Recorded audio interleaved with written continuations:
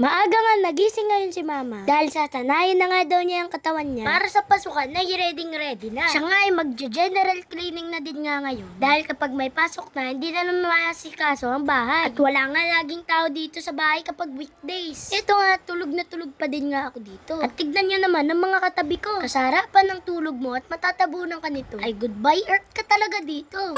Mag-uumpisa na nga tumaas ang araw at pagka-check nga ng oras ni Mama sa tablet ko ay alas 7 na din pala. Nilinis na nga din ni Mama itong aquarium ko. At mukhang mawawalan na nga ng trabaho itong janitor fish ko. Dahil parang hindi pa rin nga sapat ang pag-e-effort niya para mahalin mo.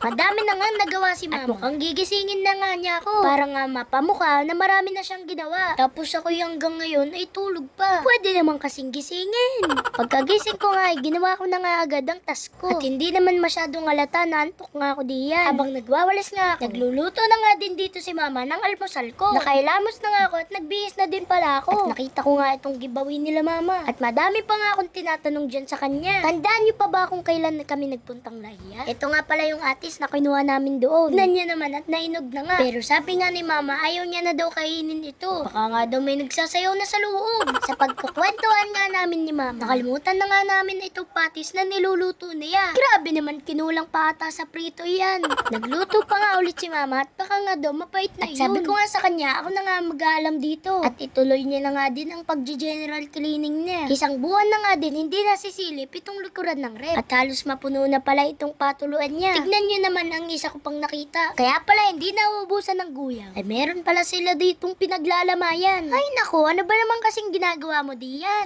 Inalis na nga ni Mama itong patuluan. Kunti na nga lang at tawas na rin. Naglabs na nga ako at itong ang sandok na ginagamit. Sobrang init na nga. Lumapit nga dito si Mama at inagaw nga sa akin ng sandok. At it's a prank! Ang sandok ay biglang lumipad at nagkapakpak.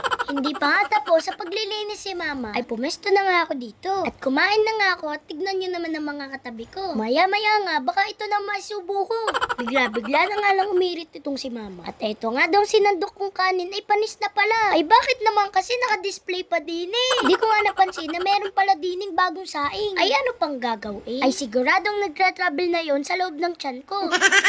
Finally, tapos na nga din dyan maglinis si Mama. Dumating na nga itong pare ko at alam niyo ba ang pinapanood namin? Nanonood nga kami ng Forsaken diyan. Ito nga, madalas kong panoodin at laruin mula nga nung nagbakasyon. Sa pasukan nga ay mababaguhan na naman tayo. Dahil mababa nga din ang naging bakasyon natin. Pagkagising, kakain, maglalaro lang ang gagawin. Sa Lunes nga ay maaga na ulit tayo gigising. At mga guro at libro na naman ang ating mga kaharap. Kung sa iba, parang bitin pa rin ang bakasyon nila. Ako naman ay excited na. Kahit paulit-ulit nga, magiging routine natin. Ay miss ko na nga ulit i-challenge ang sarili sa pahirap na lessons namin. Tanghali na nga ito at nakauwi na nga ang tropa ko sa kanila. Nagluto na nga si Mama ng ulam niya. Tawagay na may tokwa. Pagkatapos niya nga magluto, pinatikim niya na nga sa akin. At pinipilit pa nga sa akin na masarap nga ito. Pero hindi ko pa din nga talaga gusto ang lasa. Kayo ba? Kumakain na din ba kayo nito? Kumakain naman ako ng gulay. Pero hindi ko pa rin nga natitipuhan ang lasa nito. Huwag kalilimutan mag-follow, like, and share. Salamat sa panonood. Thank you, Lord.